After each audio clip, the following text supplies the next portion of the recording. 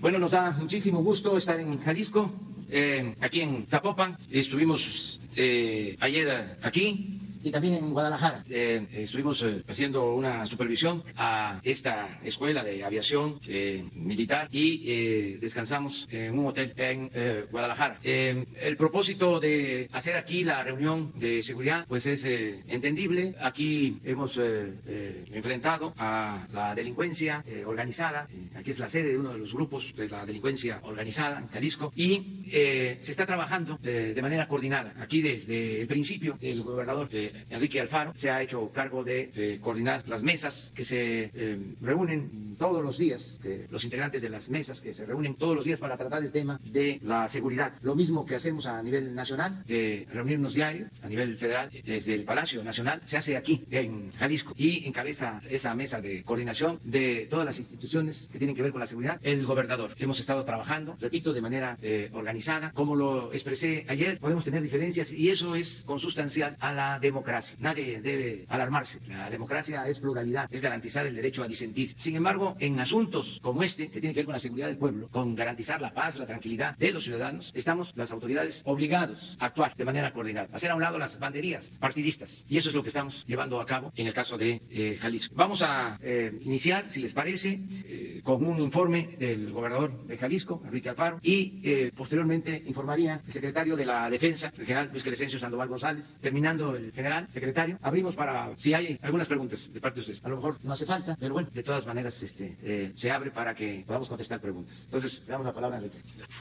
Bienvenido a Jalisco, señor presidente. Esta siempre será su casa. Por todo lo que ha pasado en las últimas semanas, estoy consciente de que escuchando este mensaje, hay personas que apuestan porque este será un discurso de confrontación que ponga de manifiesto las diferencias que nos han alejado. Otros, por el contrario, imaginan tal vez que mi mensaje implicará un acto de sometimiento con única salida para volver a contar con su respaldo en momentos difíciles. Sin embargo, tengo que decir que no tomaré ninguno de esos caminos y quiero explicarle por qué. En tiempos de tanta incertidumbre, creo pertinente citar al filósofo y humanista francés Michel de Montaigne, cuya obra se construyó a partir de una pregunta básica: ¿qué sé yo? En Los Ensayos, libro que François Mitterrand cargó en su fotografía oficial como presidente de la República, hay un pasaje que habla de cómo la política se puede llegar a un mismo fin por distintos caminos. En particular, señalaba que para resolver un conflicto entre un actor de la escena local y un soberano o un jefe de Estado, se podría elegir entre el sometimiento para invocar a la misericordia del más poderoso, a un acto bélico heroico que te llevara a luchar hasta el final y así conquistar el perdón, o a la ruta de defender con valentía tus convicciones y así ganarte el respeto de quien ostenta el poder. Este último es el camino que debo tomar por diferentes razones que quiero explicar brevemente. Primero, porque la historia federalista de Jalisco no me deja otra opción. Sé que usted, igual que yo, tiene una gran admiración por personajes como Prisciliano Sánchez, Valentín Gómez Farías, Luis Quintanar o Francisco Severo Maldonado. La lucha que ellos dieron por construir el sentido de la República está hoy más vigente que nunca. No me compararía jamás con alguno de ellos, pero honrar su memoria es para mí una obligación moral. Defender los intereses de mi Estado es mi responsabilidad principal y pienso siempre cumplirla cabalmente. En segundo lugar, porque estoy convencido de que un hombre como usted, que se formó luchando contra la lógica del poder, siendo un político que defiende como pocos los principios en los que cree, sabrá valorar una posición de congruencia por encima de la simulación, el entreguismo y los discursos huecos por los que optan otros. En tercer lugar, porque sé que podemos distinguir la diferencia entre la congruencia y la bravuconería, entre la firmeza y las ganas de pelear. Defender a Jalisco no significa confrontarse con el gobierno de la República. Tener diferencias en la manera de ver algunos temas no significa que seamos enemigos. Hablar con la verdad y de frente puede hacerse también con respeto y reconocimiento al presidente de todos los mexicanos. A partir de estas reflexiones quiero darle hoy un mensaje sencillo y respetuoso, señor presidente. Estoy aquí no solo para acompañarlo en su gira de trabajo, sino para poner sobre la mesa toda nuestra voluntad para reconstruir la relación entre el gobierno estatal y el gobierno de la República. Hoy más que nunca, Jalisco necesita de su presidente. Por eso vengo hoy a proponerle que nos demos la oportunidad de corregir el rumbo para iniciar una nueva etapa de diálogo y cooperación por el bien de México. Que lo hagamos a partir de un principio básico, el respeto mutuo. Queremos apoyarlo desde Jalisco en el proceso de transformación nacional que usted encabeza, porque coincidimos en la necesidad de desmantelar el viejo régimen y de reconstruir al país desde sus cimientos. Lo digo de corazón. Solo pedimos ser escuchados. Que los asuntos de interés nacional en los que los estados que formamos este país no estemos de acuerdo con la Federación se han puesto sobre la mesa con voluntad para encontrar una salida. Voluntad de nuestra parte para respaldar el proyecto de nación que usted encabeza y que representa la esperanza de millones de mexicanos. Pero también voluntad de su parte para escuchar los planteamientos que desde lo local le dan hoy un nuevo sentido y significado a la idea de lo nacional. Pongo solo un ejemplo. Debemos respaldar, y por supuesto lo digo de convicción, debemos respaldar con firmeza su lucha por acabar con los intereses económicos que sometieron al poder público. Ese fue su compromiso y ese es el mandato del pueblo. En eso no hay discusión. Pero cuando, como gobernador, planteo mi oposición a los decretos que echan abajo inversiones en energías limpias y con ello los compromisos que como país tenemos a escala global para combatir el cambio climático, no creo estarme oponiendo a la lucha que usted está dando de manera correcta contra las empresas abusivas. Esa lucha tiene que mantenerse. Por eso hoy me parece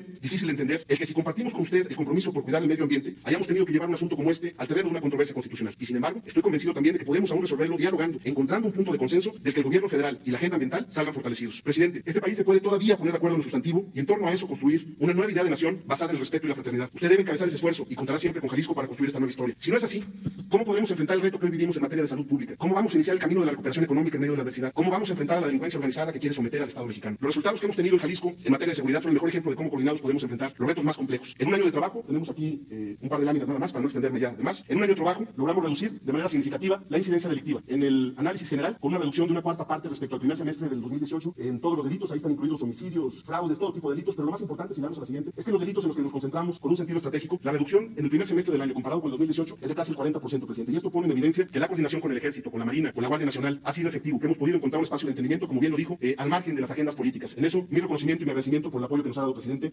Los resultados creo que son sin duda alentadores, pero el reto todavía es enorme y hay muchas cosas por corregir y afinar. Si la gente no se siente segura, las cifras sirven de muy poco. Sé que no vamos a fallar y que cada quien cumplirá con su responsabilidad. Quiero terminar mi intervención con una última idea. La crisis económica que vivimos es de proporciones nunca antes vistas. Los estados no vamos a poder reconstruir nuestras economías sin la ayuda de la Federación. No se trata simplemente de extender la mano para pedir más recursos, no. Se trata de acordar una estrategia integral que nos permita salir adelante como país. Una estrategia que se construya en consenso con la iniciativa privada, sin eventos protocolarios, sin agendas particulares disfrazadas del bien común, pero también construida sin descalificaciones, entendiendo que son muchos más los empresarios mexicanos buenos que los malos. Una estrategia que también incluya a los trabajadores, a las universidades y al sector social. Una estrategia que abra la posibilidad de convocar, lo digo siempre con respeto, a un nuevo pacto fiscal justo y equitativo para que las finanzas públicas puedan jugar de verdad un papel importante en el proceso de reactivación. Una estrategia que nos permita aprovechar el nuevo entendimiento que usted, con inteligencia, ha construido con nuestros principales socios comerciales. Una estrategia que articule el potencial productivo de cada región del país para fortalecer nuestra capacidad de competir a escala global. Este es el momento de que nos convoque para ponernos manos a la obra. Aquí estemos listos para hacer nuestra parte. Señor presidente, valoro enormemente su visita a nuestro estado en tiempos complicados. Su presencia aquí es una señal clara de que podemos superar los momentos de tensión que se han vivido para cerrar filas con usted por el bien de México. Yo he decidido hacer todo lo que está a mi alcance para lograr este propósito. Asumo con interés y humildad la responsabilidad de corregir lo que yo haya hecho mal. Usted tiene mi respeto y mi aprecio y sé que Jalisco contará con su presidente. Muchas gracias, Jalisco.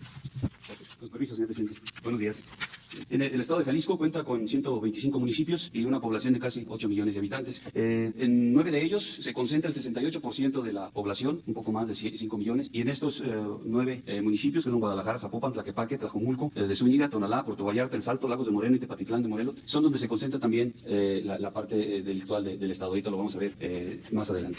Adelante, por favor. La incidencia delictiva de los delitos que le da seguimiento el Secretariado Ejecutivo del Sistema Nacional de Seguridad Pública, en todos ellos, a excepción del de extorsión, es el que se identifica que va a la alta, tiene un octavo lugar dentro de la estadística que saca el secretariado. Todos los demás delitos tienen números hacia la baja. Y ahorita vamos a ver las estadísticas. La que sigue, por favor. El robo de vehículos, aquí podemos observar en el acumulado como del 2018, 2019, 2020 tiene esa tendencia. En 2018 hubo 19.786 robo de vehículos, en el 2019 16.106 y lo que va del año, 6 meses de este año, 4.644. En homicidios dolosos, del 18 al 19 hubo un incremento, pero del 19 al 20 hay una reducción. En el 19 son más de 2.000 homicidios, en lo que va de estos 6 meses únicamente 739. En el robo a negocios, de igual manera, es una tendencia de reducción. 2018 más de 16.000, en el 19 14.000 y en el 20 4.283. En extorsiones también tiene esa misma tendencia, 755, 712 y 303 en lo que va del año. El robo a transportistas, en el 2018 fueron 659 eventos, en el 19 299, lo que va del año 161. En robo a casa habitación, con la misma tendencia hacia la baja, 2018 más de 8.000 eventos, en el 2019 6.700 y en lo que va del año 1927. El narcomenudeo también, dentro de lo que se tiene registrado en el secretariado, tenemos 2.316 eventos, en el 19 1.714 y en el 2020 436. Y aquí está la gráfica que pueden ustedes observar cómo la tendencia va hacia la baja. Secuestros. Los secuestros, comparando los años, en el 2018 al 19 hubo un incremento de 4 registros de este delito y en lo que va del 2020 llevamos 6. En violaciones, en lo que es violación, tenemos también un incremento del 18 al 19 de casos y del 19 al 20 también una reducción importante, de 432 a 154. Tomando en consideración todos los delitos de impacto, tiene también una tendencia similar. En 2018 tenemos 84.041 eventos, en el 19 77.765 y en el 2020 25.326. Esto, repito, es conforme al seguimiento que da el Secretariado Ejecutivo. Considerando los homicidios dolosos en la presente administración aquí en Jalisco y hasta el mes de mayo, es lo que se tiene registrado, el Estado ocupa el 5º lugar con 2.802 homicidios. Y si consideramos estos mismos homicidios por cada 100.000 habitantes, el Estado ocupa el 12 lugar, muy cercano a la media nacional.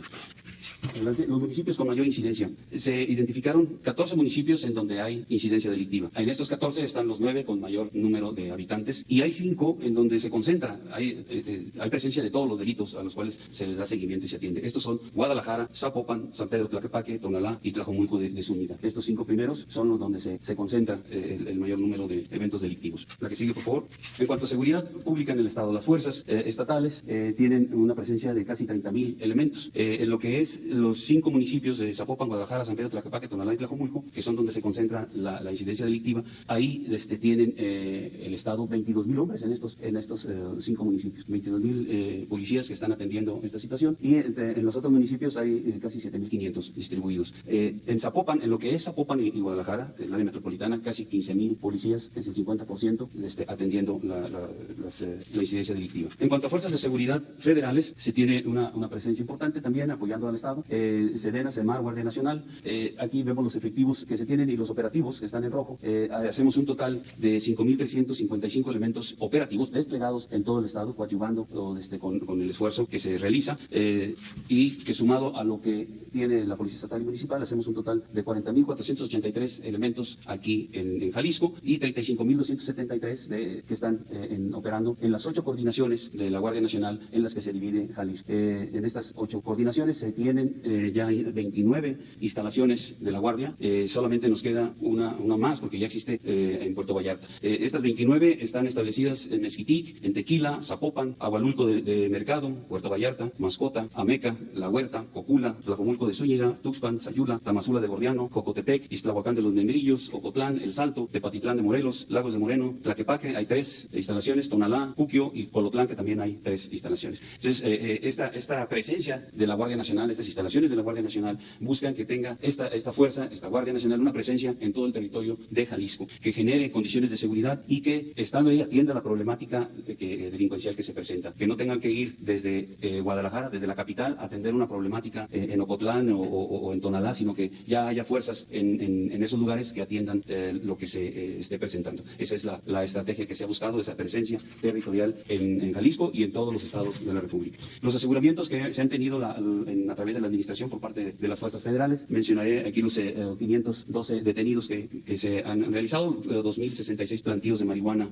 destruidos, más de 22 toneladas de marihuana asegurada, 447 kilogramos de cocaína asegurada, 603 armas entre cortas y largas, más de 52,000 cartuchos asegurados, 8 laboratorios clandestinos en el estado, $208,380 y casi $1 millón de pesos de moneda nacional. En cuanto al robo de hidrocarburos, que es un delito que también se presenta aquí en el estado, hay 3 ductos. Tenemos el ducto León Aguascalientes, el ducto Cactus Guadalajara y el ducto Salamanca Guadalajara. En estos 3 ductos hemos localizado 412 tomas clandestinas, hemos asegurado 98 vehículos, recuperado 486,201 litros de combustible, 5 predios y 25 personas. Este es el esfuerzo que se ha hecho Guardia Nacional, Semar y Sedena en lo que es la seguridad en los ductos. Se han identificado 5 municipios en los que están la mayor cantidad de estas tomas: Tlajomulco, Zapotlanejo, Tala, Zapopan y Atotonilco. Adelante, por favor. Este es en relación a las tomas clandestinas. En el 2018 se detectaron 1,460 tomas clandestinas con una desviación de casi 4,000 barriles diarios. En el 2019 nada más 185 tomas y la desviación es de 322 barriles diarios de crudo. Y en el 2020 únicamente 48 tomas con 190. Estas tomas clandestinas representan lo que se extrae aquí en el estado, representan el 1,07% del total a nivel nacional. En cuanto a recursos que son asignados al Estado y que tienen una injerencia directa en la seguridad, está el FAS, el Fortasec y el Fortamun, y aquí vemos las cantidades: 377 millones en el FAS, 263 en el Fortasec y en el Fortamun 5,632 millones.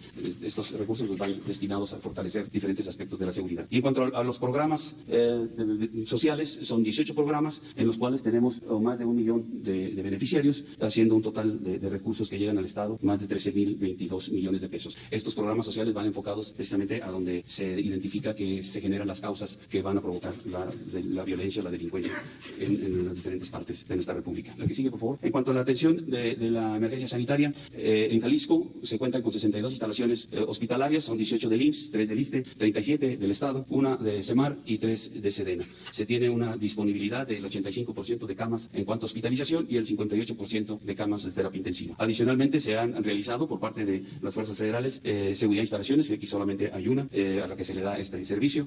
Hay 165 eventos de patrullaje y se tienen 10 fuerzas de reacción para apoyar al Estado en alguna necesidad dentro de esta emergencia. En cuanto al auxilio a la población civil, se ha aplicado el Plan Marina, el Plan de la Guardia Nacional y el Plan DN3 en 52 eventos por lluvia, en 3 de derrame químico, en 2 explosiones, en 32 incendios forestales, en 6 accidentes vehiculares, uno ferroviario y uno aéreo, empleándose más de 3.000 elementos y 279 vehículos. En cuanto a búsqueda y rescate, de enero al 15 de julio de este año, la Estación Naval de Búsqueda, Rescate y Salvamento de Vallarta, con sus 14 elementos y sus 2 embarcaciones de Fender, han realizado 14 operaciones, han rescatado a 11 personas y han realizado 3 evacuaciones médicas. Es todo. Muy bien, pues este es el informe. Vamos a abrir para las preguntas. Los que preguntaron ayer se esperan a la segunda ronda para que haya equidad. Entonces vamos luego. Gracias. Rubí Bobadilla, del Informador de aquí de Jalisco. Preguntarle, presidente, ¿cuál es su opinión respecto de que Jalisco encabeza a los estados con más cuerpos exhumados en fosas clandestinas? En este sentido, ¿cuándo podría quedar concluido el Centro de Identificación Humana que prometió el subsecretario de Derechos Humanos en enero en su visita aquí al estado? Y en segundo lugar, pues preguntarle, usted en reiteradas ocasiones ha insistido en que la línea 3 del tren ligero pues ya está en operación, sin embargo aquí los jaliscienses todavía no tienen el servicio. La Secretaría de Comunicaciones y Transportes y el gobierno estatal no se ponen de acuerdo de cuándo podrían iniciar estas operaciones. ¿Tiene ya usted una fecha concreta de cuándo los jaliscienses podrían comenzar a utilizar y aprovechar este servicio? Gracias. Bueno, acerca de las fosas clandestinas, hay un programa de la Secretaría de Gobernación para seguir identificando cuerpos de desaparecidos. Es un programa, yo diría, muy responsable, serio, profesional, que nunca se había llevado a cabo y se ha ido avanzando aquí en Jalisco y en la mayoría de los estados de la República. Está a cargo de Alejandro Encinas y el gobernador también está trabajando de manera coordinada para seguir con este propósito de identificar al mayor número de cuerpos de personas desaparecidas y castigar a los responsables. Hace un momento informó el gobernador sobre este tema, de modo que ahora le voy a pedir que les explique lo que estamos haciendo de manera coordinada. ¿Tu otra pregunta? Bueno, ya se terminó la obra y está en el proceso de transferencia o de tránsito hacia la operación que le corresponde al gobierno del estado. Ya se están haciendo todas las prácticas que se necesitan para cubrir los protocolos y según información del secretario de Comunicaciones vamos a poder inaugurar, pero esto va a depender del gobierno del estado, de la posibilidad que se tenga de la operación del tren, pero me decían que a mediados de agosto. Sí, ayer acordamos con el secretario ya para no que el 1 de septiembre ya está. 1 de septiembre. Entonces, Está terminado el 15 de agosto, pero nos dimos 15 días para tener la fecha. sí, entonces, ¿por qué, Enrique, no comentas lo de las fosas y la identificación? Lo que está haciendo. No sé si pudiéramos en la presentación. Gracias, presidente. Sí, mientras con esa parte de la presentación, diría, el día de ayer hablé con el secretario de Comunicaciones, con Jiménez Espriu, para poder proponer al presidente justamente hoy el que ya en función de su agenda defina una fecha de inauguración que podría estar entre el 15 de agosto y el 1 de septiembre, ya que estamos prácticamente terminando las pruebas preoperativas, ya la obra civil está prácticamente terminada, estamos haciendo los últimos ajustes, estamos listos, presidente, ya para empezar operaciones, entonces ya será cuestión de poner una fecha y también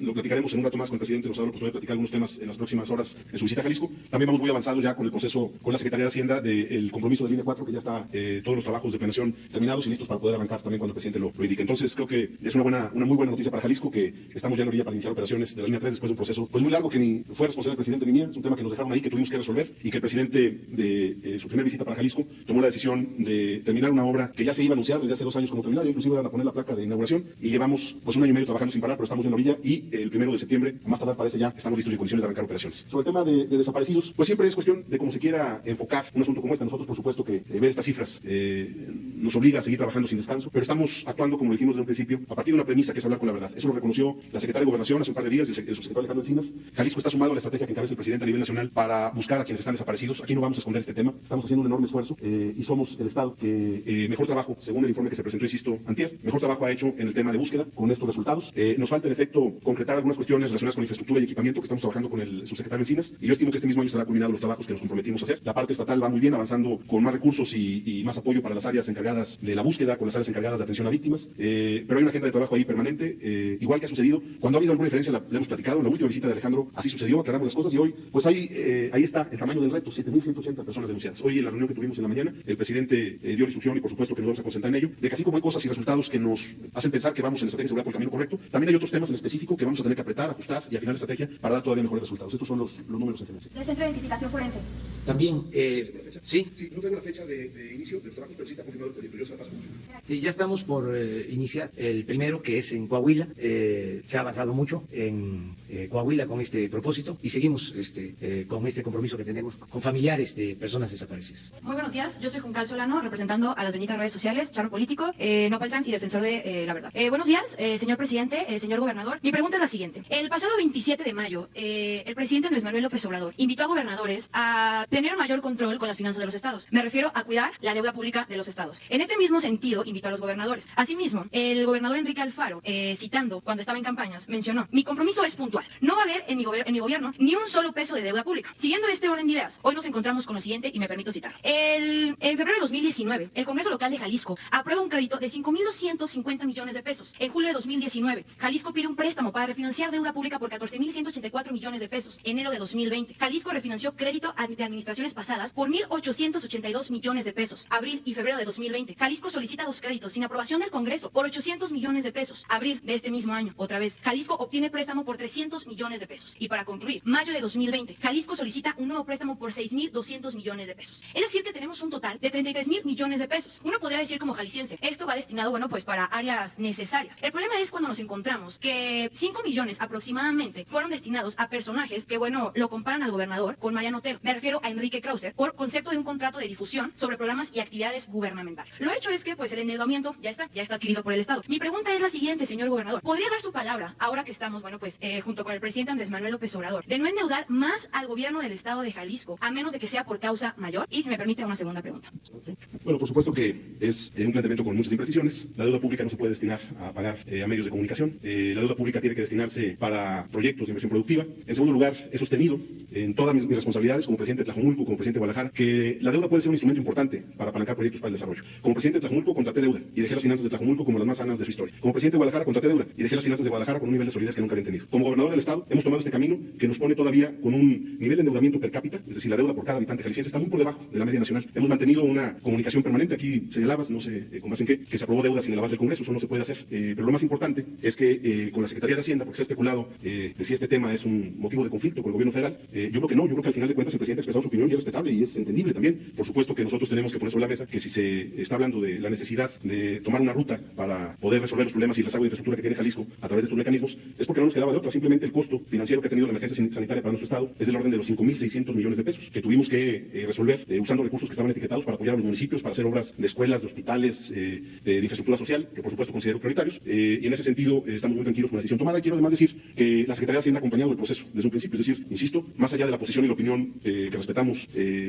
respecto a la ruta que hemos tomado, lo que hemos hecho es hacer las cosas bien y no debe de haber ningún problema para que este proceso camine y sea registrado en Hacienda como tal, porque ha cumplido con todos los pasos que marca la ley. Y segundo, es un ejercicio de la soberanía del Estado que han tomado también otros gobiernos estatales y que adicionalmente tiene como respaldo la calificación que acaban de dar dos calificadoras internacionales en las que nuestra salud financiera, particularmente la calidad de nuestras líneas de crédito, subió de AA- a AA. Entonces Jalisco seguiría endeudándose. Por supuesto que no es la ruta. Nosotros lo que resolvimos es el recurso que necesitamos para enfrentar la emergencia sanitaria. Se tomó una decisión que se tenía que tomar. Estamos en condiciones de tener finanzas sanas y de enfrentar con estos recursos la estrategia que hemos diseñado para la reactivación económica. Es una ruta que vamos a defender como la correcta y por supuesto que no estamos, como algunos han querido construir la idea, hipotecando el futuro de Jalisco. Estamos generando mecanismos de financiamiento que van a permitirnos fortalecer las finanzas estatales. Y una segunda pregunta, señor gobernador. En el marco de las manifestaciones por el lamentable caso de Giovanni López, el pasado 4 de junio, bueno, aquí en Guadalajara vivimos manifestaciones donde en un inicio usted señaló y responsabilizó que todo esto, las acciones violentas, venían por parte de la Ciudad de México y llamó textualmente los sótanos del poder.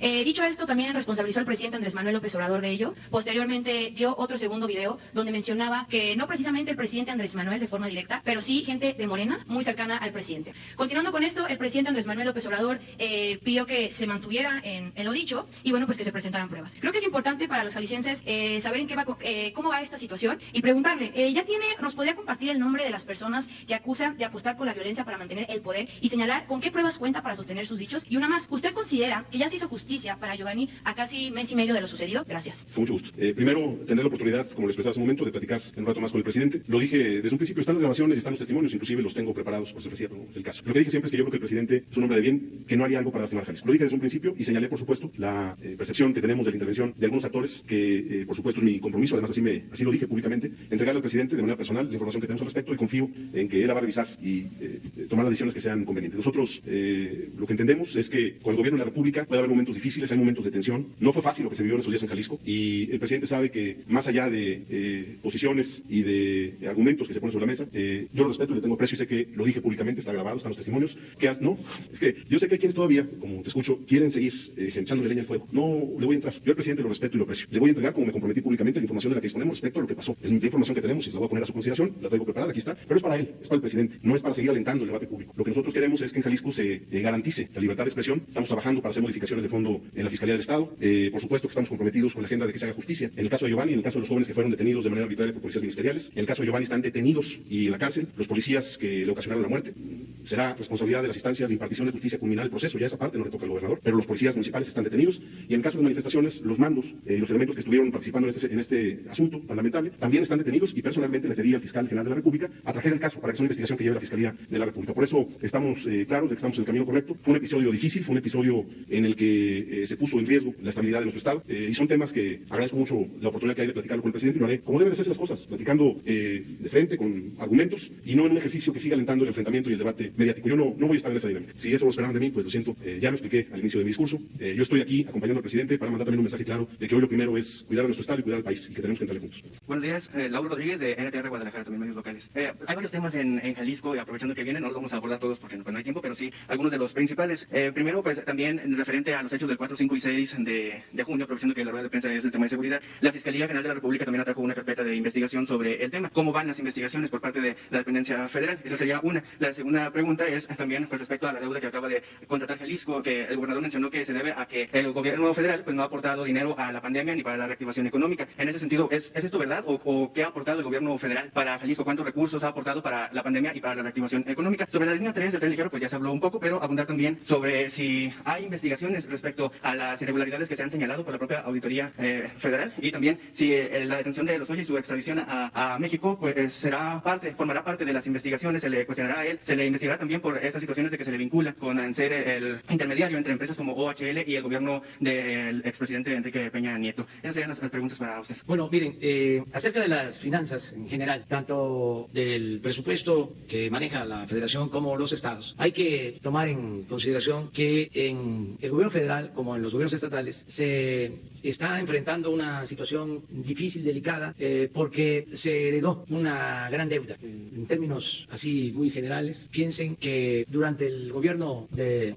presidente Fox, al finalizar, la deuda era de 1.7 billones de pesos. Cuando termina la administración de Felipe Calderón, ya la deuda era de 5.2 billones. Y al final, el gobierno, lo que nosotros ya heredamos, es una deuda de alrededor de 10 billones. Solo para el pago del servicio de esa deuda, tenemos que destinar alrededor de 600,000 millones de pesos al año. Esto mismo sucedió en los estados, fue creciendo mucho la deuda. Y ahora, para enfrentar ese problema en las finanzas públicas, pues hay varias opciones. Una opción es aumentar impuestos para que los gobiernos puedan financiarse. Otra opción es contratar o reestructurar las deudas. En el caso de la renegociación de deudas, lo que se busca es pagar menos intereses y también alargar los plazos. Y esto da un respiro a las finanzas. Hay que hacerlo, se hace en todo el mundo. Y también como opción la contratación de la deuda. La otra opción es apostar a que no haya fugas en el ejercicio del presupuesto. Sobre todo que no haya corrupción, para que rinda más el dinero. Porque antes se optaba por el endeudamiento, por el aumento de impuestos y además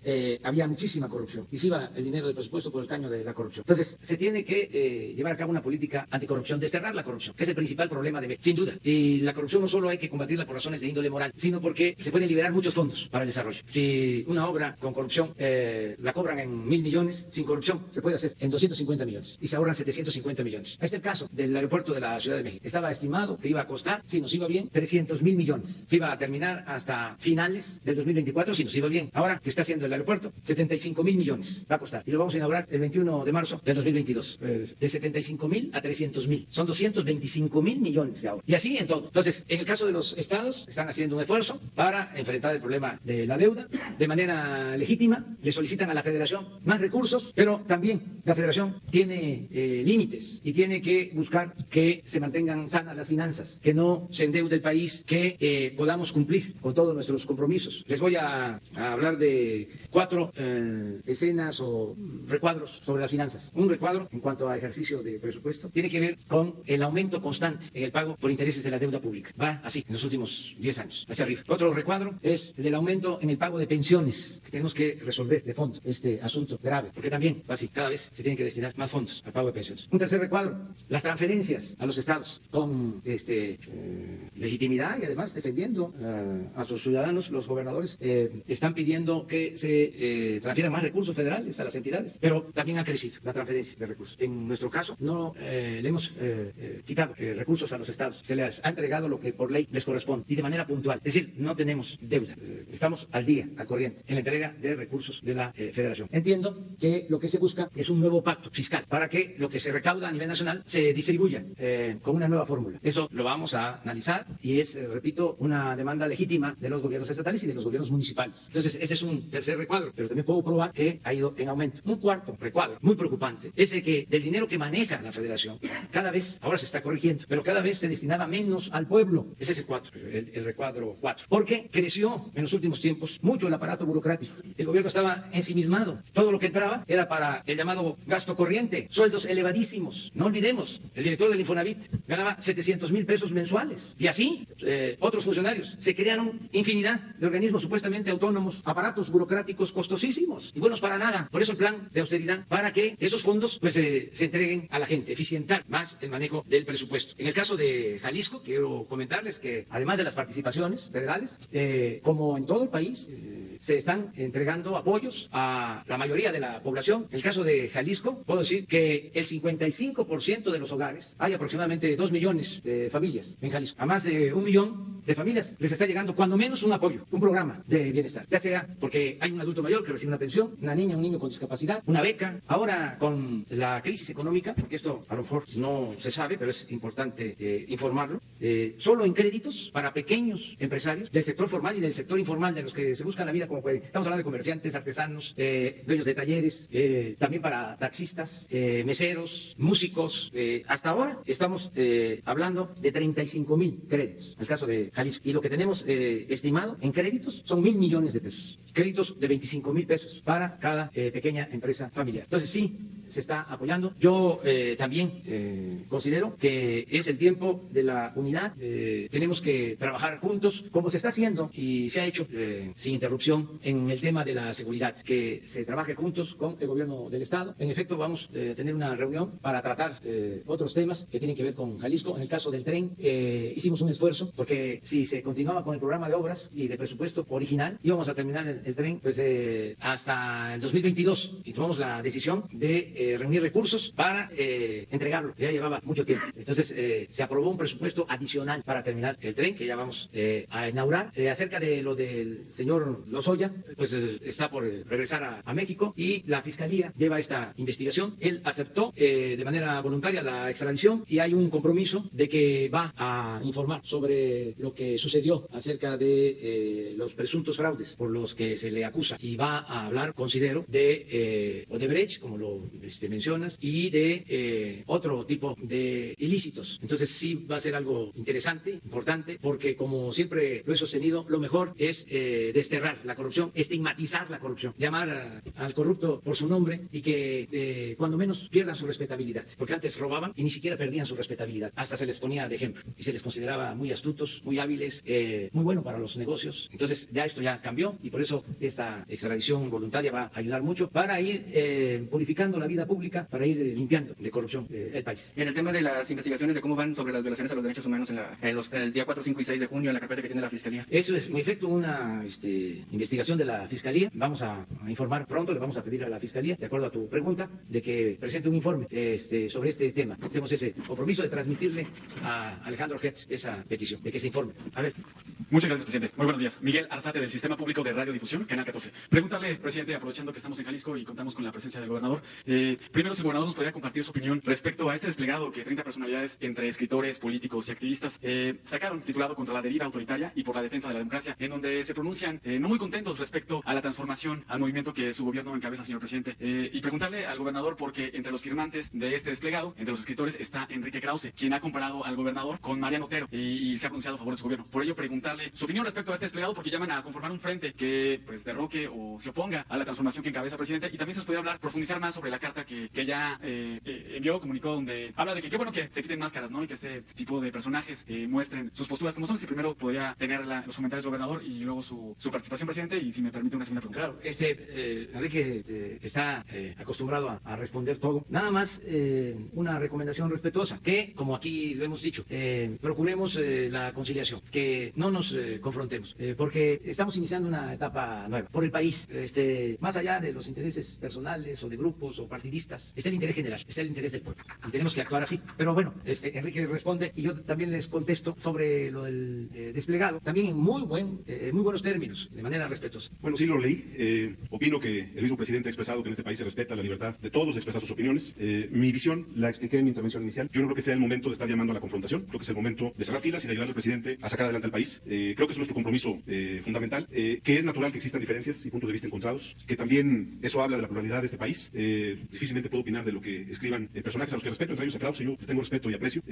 Nunca, lo dije también en mi discurso, qué bueno que lo puse, entre otras cosas, que el hecho de que yo admire a personajes como los que ya mencioné, y que por supuesto admire a Mariano Otero, o en el caso de mi ciudad, a Fray Antonio Alcalde, jamás será comparándome con ellos. Yo no me puedo comparar con personajes así, pero son inspiración y son ejemplo. Y en ese sentido, pues lo único que yo puedo decir es que la expresión de estas personas es respetable, pero el mensaje creo que hoy es claro y el presidente lo plantea en esos términos también. Tenemos que iniciar una nueva etapa. Si seguimos apostando a eso, vamos a tomar el camino equivocado. Entonces, me voy a concentrar en ello, voy a trabajar en ese sentido y voy a hacer todo lo que está a mi alcance para abonarle en esa lógica. Ayer, por cierto, presidente, tuvimos una reunión los gobernadores que hemos estado juntándonos a platicar en medio de la emergencia sanitaria en la ciudad de Durango, y coincidíamos en esta visión que llegó el momento de dar un paso hacia adelante y decir cómo lo hacemos para encontrarnos de acuerdo. Lo dijo en un ejemplo muy concreto el presidente ahorita, lo agradezco, lo celebro en ese sentido, señor presidente. Pasar de la lógica de los estados diciendo a la federación que queremos más dinero, que tenemos muchas necesidades, a un planteamiento en el cual podamos hacer una revisión completa del pacto fiscal, discutirlo, debatirlo y establecer nuevas reglas. Yo creo que esa es la ruta que podemos seguir y nos vamos a mantener en ese propósito. Miren, porque lo vamos a hacer con respeto y además porque debe verse como algo que ayuda a mejorar la vida democrática de México. Sí estaría bien que se diera a conocer el desplegado de los escritores y de periodistas, y que también se diera a conocer mi respuesta.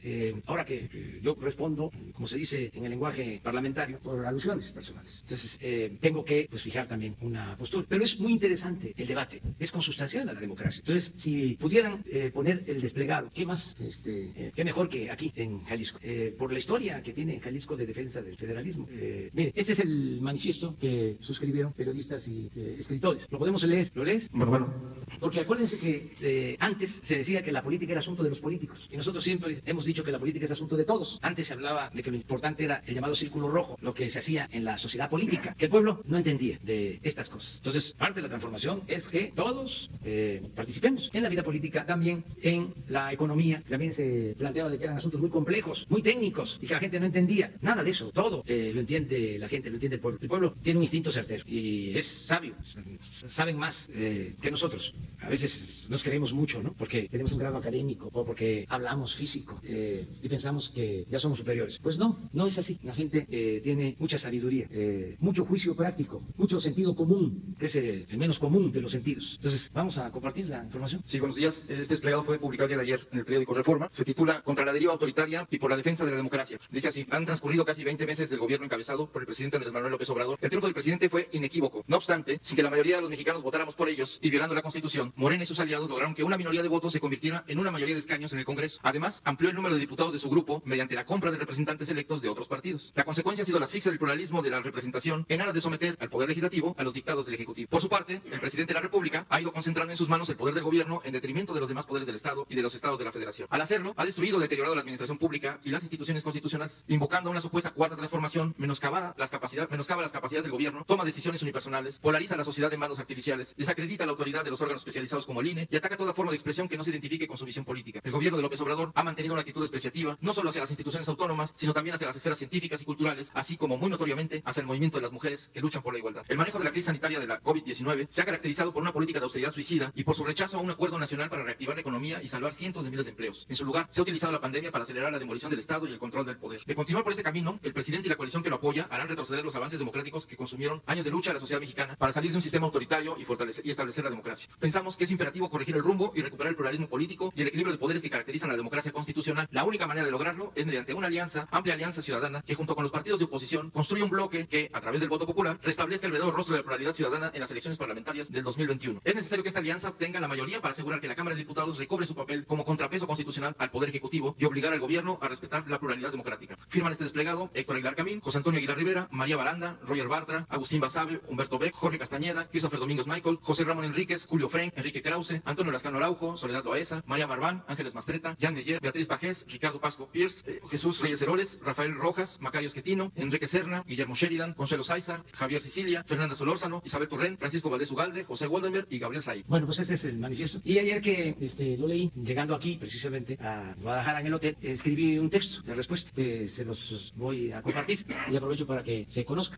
Celebro que escritores y periodistas que han defendido desde siempre el modelo neoliberal o neoporfirista se agrupen, se definan y dejen de lado la simulación para buscar restaurar el antiguo régimen caracterizado por la antidemocracia, la corrupción y la desigualdad. La historia nos enseña, la historia que es la maestra de la vida, que cuando se pone en práctica un proceso de transformación siempre se produce una reacción conservadora. De modo que es absolutamente legítimo que exista una oposición al gobierno que represento y a las acciones que estamos consumando. Quizá lo único que pueda reprocharse a tan famosos personajes es su falta de honestidad política e intelectual, manifestada en el mismo contenido de su proclama. Bastaría con preguntarles cómo contribuyeron a los avances democráticos para salir de un sistema autoritario y establecer la democracia, si casi todos ellos defendieron o guardaron silencio cómplice ante los fraudes electorales de la historia reciente del país. Por otra parte, en todo respeto, da pena ajena su argumento de que buscan construir una alianza con miras a las elecciones del 2021 para obtener la mayoría, y cito textualmente, asegurar que la Cámara de Diputados recobre su papel como contrapeso constitucional al Poder Ejecutivo. Fin de la cita. ¿Qué acaso no se han enterado que está por llegar extraditado de España Emilio Lozoya, exdirector de Pemex, quien al parecer presentará pruebas y explicará cómo se lograba el Poder Legislativo, el contrapeso, entre comillas, que pretenden recobrar, entre comillas, los abajo firmantes? En fin, en 2021 el pueblo decidirá libremente sobre su destino y de verdad no creo que la mayoría apoye el regreso al país de la corrupción, al país de los potentados, de los intelectuales orgánicos, al país de los privilegios, de la hipocresía, de la marginación, del clasismo y del racismo. No cabe duda que vivimos tiempos interesantes, no nos podemos quejar. Sea por interés o por puro coraje, los conservadores que fingían ser liberales por fin se están quitando la máscara. Solo faltaría decir, el rey va desnudo. Esa es la respuesta. Es muy bueno el debate, con todo respeto. Gracias, presidente. Y la segunda pregunta, a propósito de la justicia. En Canal 14 preparamos un documento donde mostramos los perfiles de exfuncionarios públicos, empresarios, que tienen cuentas pendientes con la justicia en México, los extraditables.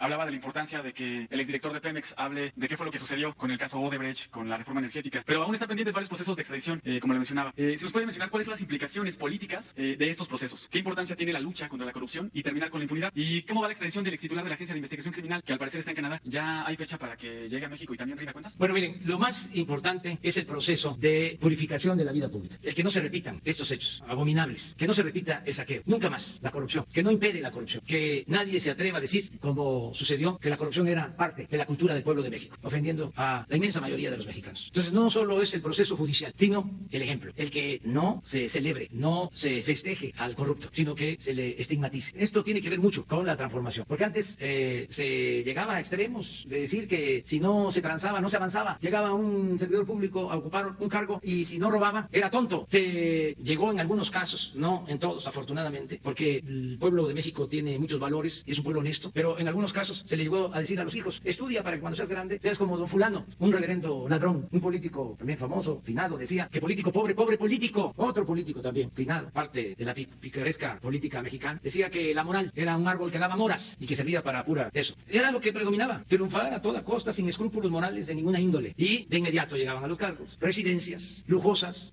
sus departamentos en Nueva York, las zonas más exclusivas. En Miami, eso de Miami era como tener una casa en cualquier colonia popular de nuestras ciudades. Era lo más común, eran hasta vecinos en departamentos. ¿Cuánto daño le hicieron al país con eso? De ahí las deudas, de ahí que no alcance el presupuesto, de ahí sobre todo la desigualdad monstruosa del país. Porque la causa principal de la desigualdad es la corrupción política. No hay que tener ninguna duda al respecto. La profunda desigualdad que hay en México se le debe a la corrupción, porque unos cuantos se robaban el dinero y los bienes del pueblo, de la mayoría de la gente. Entonces, por eso lo de la llegada del señor Lozoya va a ayudar mucho. Lo mismo el caso de este señor Cerón. Imagínense un jefe de policía dirigiendo una tortura. ¿En qué país vivíamos? Imagínense que el secretario de Seguridad Pública del gobierno de Felipe Calderón tenía acuerdos con una de las bandas de la delincuencia, el secretario de Seguridad Pública, y así estaba podrido el régimen. Ahora resulta que los escritores y periodistas añoran el regreso a esa podredumbre, que están en su derecho, porque vivimos en democracia. ¿Quién va va a decidir? El pueblo. El pueblo, de manera libre, va a decidir qué quiere hacia adelante,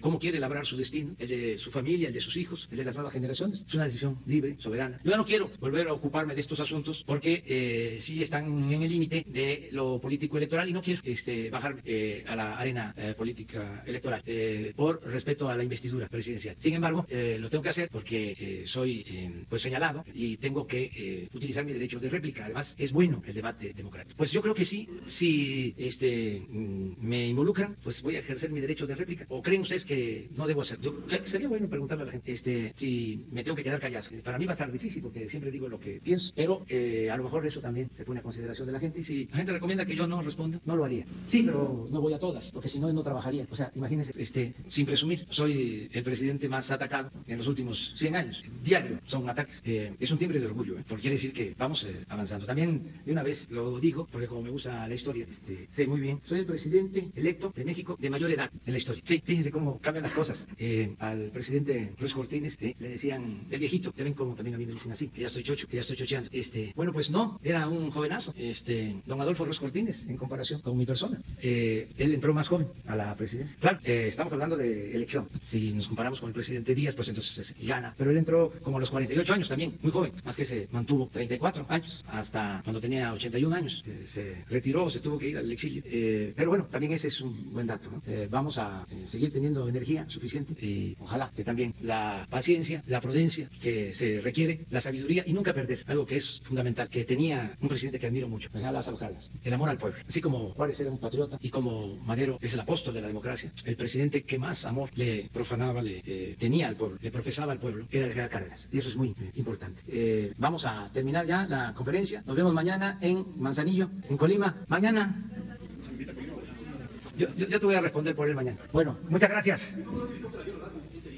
No, no, sí, porque también hubo mala información sobre eso, de que de Guanajuato, de Irapuato a Salamanca en helicóptero y que de helicóptero y de Salamanca para Zapopan en helicóptero, no, fue por carretera, todo. Y estuvimos aquí, sí, para ver algunas cosas y también para caminar aquí en la pista, hacer un poco de ejercicio. No pude batear, fue nada más caminar y luego nos fuimos a un hotel en Guadalajara y ahí descansamos. Y ahora vamos a inaugurar un cuartel de la Guardia Nacional aquí en Jalisco y nos vamos a Manzanillo, sí, también por carretera. Sí, los únicos que usan aviones y helicópteros son los que tienen que ver con la seguridad, porque ellos tienen que llegar más rápido en todo. Y su trabajo lo amerita, porque están pendientes, viendo todo lo que sucede en el país. Y ellos me informan, claro, si toco madera, se necesitara ir a un lugar pronto por una emergencia, entonces sí, me trasladaría en un avión o en un helicóptero de la Secretaría de Defensa o de Marina, pero no es necesario. Es importante también recorrer el país a ras de tierra, porque va uno viendo.